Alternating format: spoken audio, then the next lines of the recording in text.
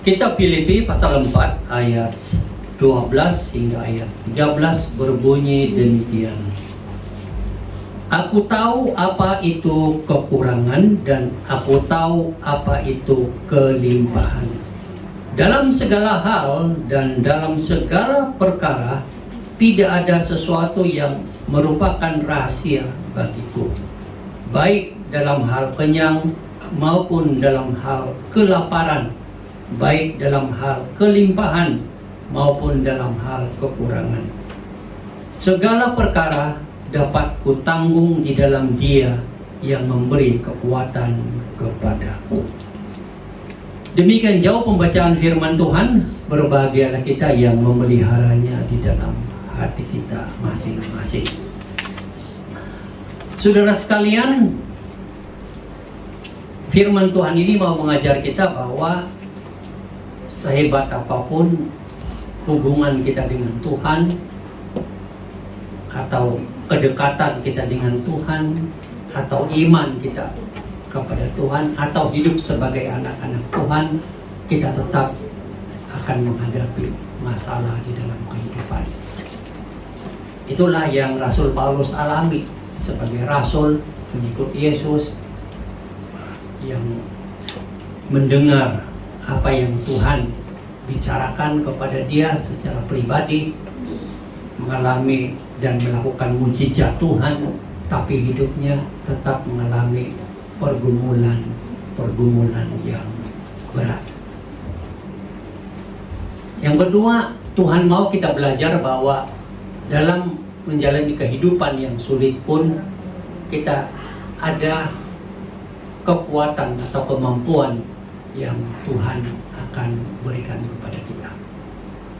Kita tidak mampu, tapi Tuhan memampukan kita, memberikan kita jalan yang terbaik, kekuatan yang terbaik, kemampuan yang terbaik, dan bahkan mujizat Tuhan akan sediakan. Saudara sekalian, kita akan melihat ayat 13. Di situ dikatakan bahwa segala perkara dapat kutanggung di dalam Dia yang memberi kekuatan kepadaku. Ada beberapa hal yang kita mau lihat di dalam ayat ini. Yang pertama adalah segala perkara. Kata segala perkara ini bicara tentang pengalaman Rasul Paulus yang sedang mengalami masalah-masalah sulit di dalam kehidupannya. Karena saat dia menulis surat ini pun dia berada di dalam penjara. Dan tentu ada banyak situasi yang baik di mana banyak orang yang bisa dia injili, tapi juga secara pribadi dia mengalami tekanan dan emosi dan banyak lagi situasi yang lain. Segala perkara ini berbicara tentang segala macam masalah yang dihadapi di dalam kehidupan kita saat ini. Apapun bentuknya, besar, kecil, itu semua adalah masalah. Jadi kalau saudara mau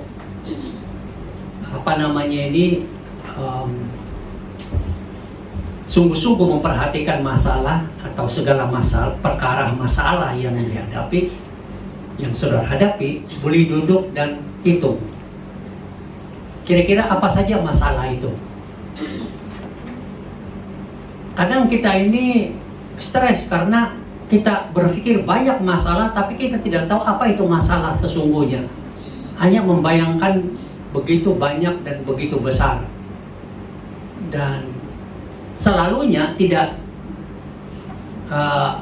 apa yang kita bayangkan itu tidak sesuai dengan apa yang sebenarnya ada di depan mata kita.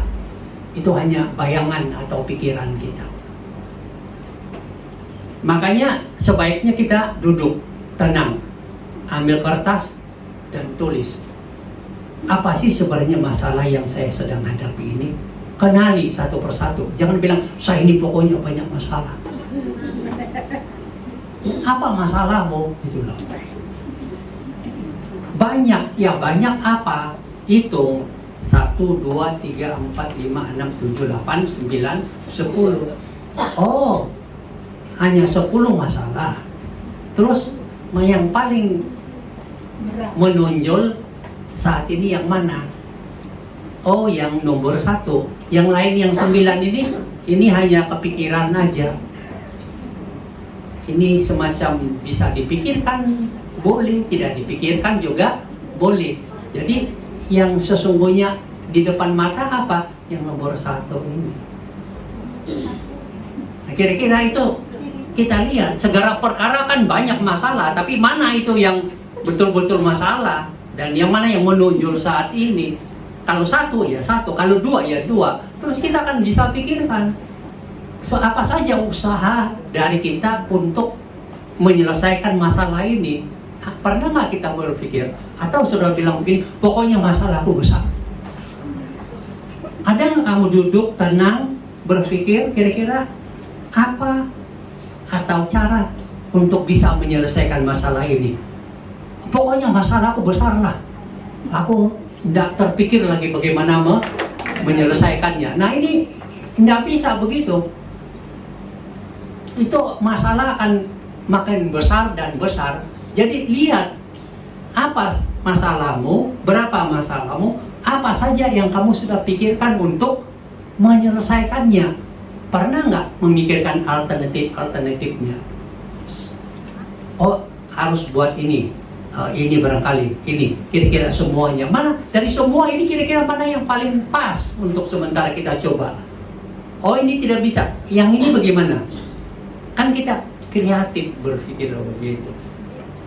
Nah, itu hanya menunjukkan bahwa dalam kehidupan kita ini secara pribadi, yang firman Tuhan katakan, kita menghadapi segala macam banyaknya masalah hidup. Ini adalah realita. Saudara kuat baca Alkitab, kuat berdoa, rajin pergi ke gereja, dan sebagainya, sudah puluhan tahun ikut Yesus, realitanya tetap akan menghadapi masalah. Kenapa kita hidup di dunia ini yang tidak sempurna? Saudara dan saya hidup dengan orang yang tidak sempurna. Saudara bersama dengan teman yang tidak sempurna. Tapi Pak, mereka kan sudah pergi gereja. Tapi Pak, mereka kan berdoa. Tapi Pak, kan mereka baca Alkitab yang firman Tuhan adanya. Betul, memang firman Tuhan ini ya dan amin, sempurna. Tapi saudara dan saya dan semua orang di dunia yang mau mengikutinya tidak sempurna. Karena itu ada cacat celahnya, ada kelemahannya. Jadi realita kita harus sadari bahwa siapapun kita, apapun latar belakang iman dan kepercayaan kita kepada Tuhan, realitanya kita tetap menghadapi banyak masalah. Entah itu dibuat oleh orang lain atau kita sendiri yang membuat, atau karena kita tidak tahu bagaimana menghidupi kehidupan ini, maka kita tabrak sini, masalah ini. Atau kita menjadi orang yang baik hati, tapi justru membuat masalah yang paling besar, dan sebagainya. Itulah kehidupan kita di dunia ini. Nah, kalau begitu, kita sudah tahu bahwa ada masalah, macam-macam masalah. Dan ini realita kita hadapi di dunia ini. Realita yang kita tidak bisa tutup, kunci pintunya. Dia akan datang dan kita akan alami. Nah, masing-masing kita ini ada yang punya kepribadian yang cukup kuat untuk menghadapi. Ada orang yang menghina dia tenang-tenang saja. Silakan dia hina saya. Saya tidak seperti yang dia omongin kok. Ngapain saya meresponi? Saya tenang, senyum, sambil minum kopi, dengar lagu-lagu masa lalu. Ya kan? Lagu-lagu Timpo dulu, ya kan? Oh, indah sekali. Nah, orang itu silakan mau menghina, dia tidak peduli karena kepribadiannya itu sangat kuat. Ada orang yang menjahati dia, dia tenang-tenang saja. Biar orang itu tulis di media sosial, dia senyum saja. Dia ngomongin siapa ini ya? Bukan saya ini. Karena aku bukan seperti orang itu. Dia tidak tersinggung, dia tidak bereaksi. Dia makanya hidup dia bahagia terus, senyum terus. Ya kan? Pada saat kamu bereaksi, pasti kamu susah senyum. Apalagi yang ada sedikit masalah kepribadian, ya enggak? Oh, susah. Begitu dia lihat, memang saya yang dia ngomongin ini. Begitu kan terlalu ada masalah kepribadian, sisinya berlebihan. Begitu. Apa sih yang orang lain ngomong, langsung dia pikir itu dia yang ngomongin. Padahal tiada kaitan. Itu langit dan bumi. Majikan lagi teriak-teriak di situ, marah-marah sama anaknya karena ada masalah atau apa. Dia di dapur langsung tunduk. Pasti ngomongin, pasti sudah ini melapuri ini pasti ini. Loh, ada kan masalah kepekaan yang berlebihan. Kita jangan begitulah. Nanti kita di mana-mana susah kalau begitu, iya enggak? Nanti saudara dengar lagu, nanti saudara bilang, oh aku yang disindir lagu ini. Lagu timbul dulu, ya kan? Ada kaitan dan sebagainya. Nah, ada orang yang memang kalau ada masalah apapun dia tenang saja, pribadinya kuat. Tapi ada juga yang lemah dan tidak bisa. Mungkin ada masalah kepribadian atau dia memang tidak terlatih dalam soal kuat menghadapi masalah. Nah, di sini kita perlu menyadari bahwa memang kita tidak kuat. Kita tidak ada kemampuan. Karena itu kita perlu berserah kepada Tuhan. Atau orang yang ada kemampuan itu, ya, ada kemampuan. Dia tenang saja menghadapi semuanya. Tapi dia bisa jatuh di dalam mungkin hal kesombongan, atau bisa tidak peduli, atau tidak peka, atau terlalu percaya diri, lalu tidak mau bergantung kepada Tuhan, terlalu percaya diri. Nah, itu bisa terjadi. Nah, di sini firman Tuhan mengajari kita segala masalah yang kita sudah hitung, kita hadapi itu, atau apapun itu, firman Tuhan katakan kita bisa tanggung. Dapat ku tanggung, itu kata kedua yang kita mau lihat. Dapat ku tanggung. Nah, menanggung ini seperti yang saya katakan tadi, tidak semua orang bisa. Masalah kepribadian, masalah pengalaman hidup, masalah dia dibesarkan.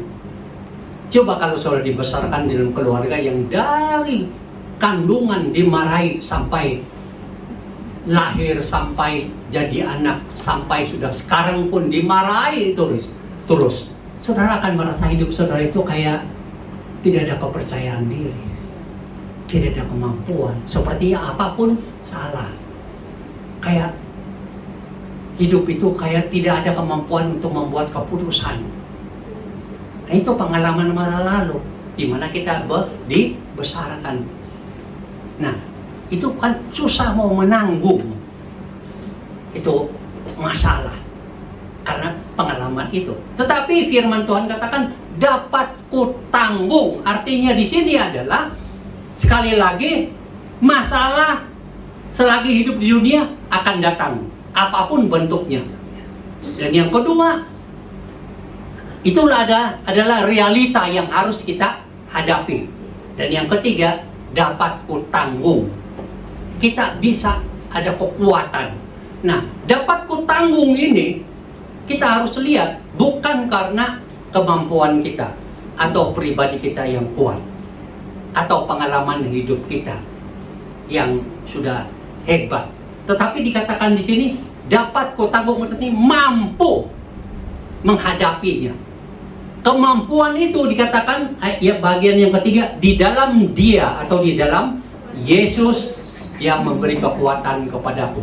Jadi saat kita percaya kepada Tuhan Yesus itu memberikan kita kekuatan. Nah, kekuatan ini kita harus bedakan dengan kekuatan kepribadianmu, kekuatan kemampuanmu. Setiap kita tidak akan dapat kekuatan ini dari diri kita sendiri. Tetapi ini kekuatan dikaruniakan, diberikan oleh Tuhan Yesus kepada kita. Makanya rahasianya adalah supaya kita ada kekuatan, dikatakan janjinya ini, kekuatan di dalam Yesus. Itu hanya di dalam Yesus. Kedekatan kepada Yesus, kebergantungan kepada Yesus, di situ.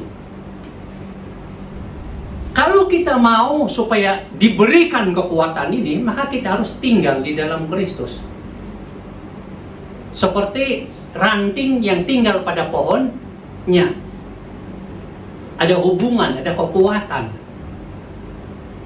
Karena Yesus juga pernah mengatakan, tinggallah di dalam aku dan aku di dalam kamu, maka kamu akan berbuat banyak. Di luar aku kamu tidak bisa berbuat apa-apa. Jadi apa-apapun kamu tidak bisa melakukannya dengan kekuatan kamu, kemampuan kamu. Tinggal di dalam Kristus. Hanya masalahnya adalah kadang kita ini tidak memberi fokus untuk dekat kepada Yesus. Tidak memberi fokus untuk betul-betul menikmati kehadiran Kristus di dalam hati kita.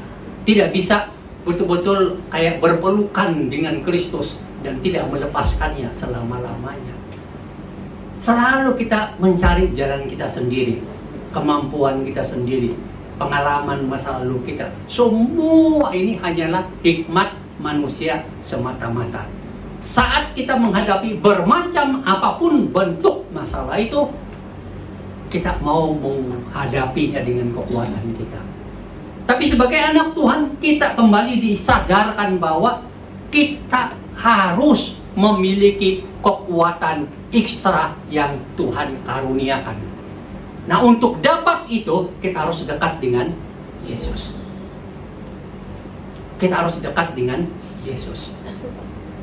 Pernah nggak saudara lihat di TikTok atau di Reel tentang ini sebagai ilustrasi? Ada anjing dengan tuannya. Jadi kalau anjing itu terpisah dari tuannya, dipukul juga dia diam-diam saja, kayak nggak bisa buat apa-apa. Dipukul kepalanya, tangannya oleh orang lain, dia tidak mau lawan gitu loh. Kayak nunduk saja. Tapi begitu dia dipelukan tuannya, pemiliknya, wah, garangnya minta ampun. Kayak mau makan orang yang mau dekat-dekat dengan dia, sampai ditahan begitu. Ini hanya ilustrasi bahwa anjing itu merasa ada kekuatan berada di dalam tuannya, pemiliknya. Kalau tidak ada, dia tidak bisa buat apa-apa. Tapi berada dalam pelukan tua sang pemiliknya, wah, garangnya minta ampun. Kegarangannya itu adalah karena dia ada bersama dengan tuannya. Ilustrasi kecil, tapi kadang menggambarkan diri kita. Bahwa sebenarnya kita tidak bisa buat apa-apa di luar Kristus. Apapun kemampuan kita untuk menyelesaikan masalah itu.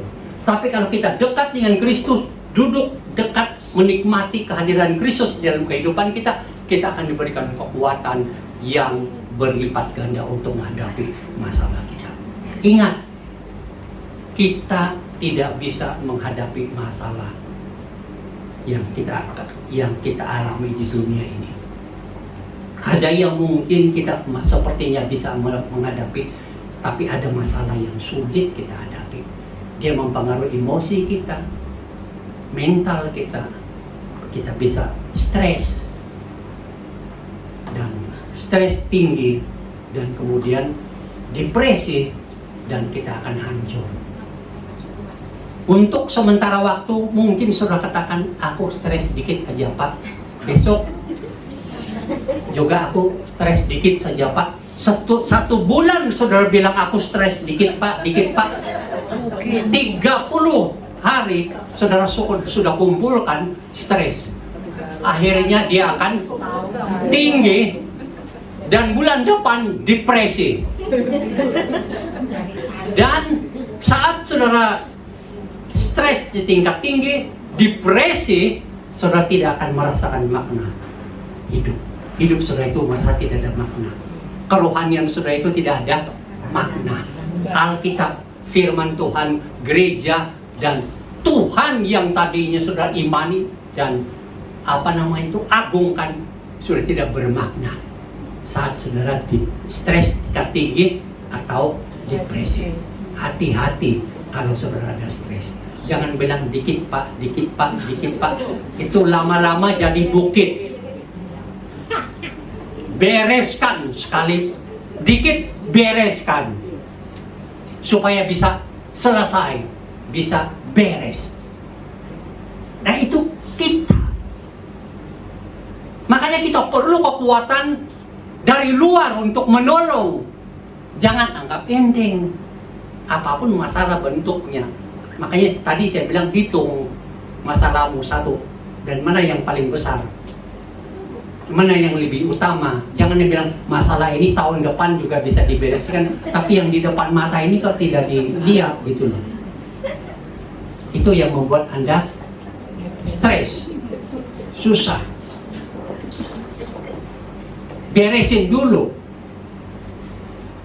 Jadi kita perlu ada kekuatan ekstra dari Tuhan untuk menolong kita sendiri. Saudara tahu ada orang yang mengalami masalah stres tinggi dan depresi dan mau bunuh diri, seorang artis Hong Kong. Namanya siapa? Gondi yang barusan meninggal. Pertama kali saya dengar dia nyanyi, wow, saya kagum sekali. Karena bahasanya juga Inggris dan sebagainya. Umurnya 48 tahun. Dan terkenal sekali artis. Setiap hari lagunya itu yang terkenal itu dinyanyikan di China sana. Dan seluruh dunia pokoknya. Tapi dalam tahun akhir-akhir ini dia stres, depresi, dan sepertinya dia mau bunuh diri. Dan dia mungkin mengambil sesuatu atau akhirnya pingsan, akhirnya masuk ke rumah sakit dan sudah tidak bisa ditolong, langsung meninggal. Dan menjadi dunia punya berita. Cantik, kaya, pintar, semua ada. Tapi saat dia mengalami situasi mental yang down dan tidak bisa beresin, stres itu tinggi dan menjadi tinggi sekali, kemudian menjadi depresi dan menjadi bawaan, dan akhirnya dia tidak bicarakan apa sih sebenarnya masalahnya, tapi akhirnya dia begitu.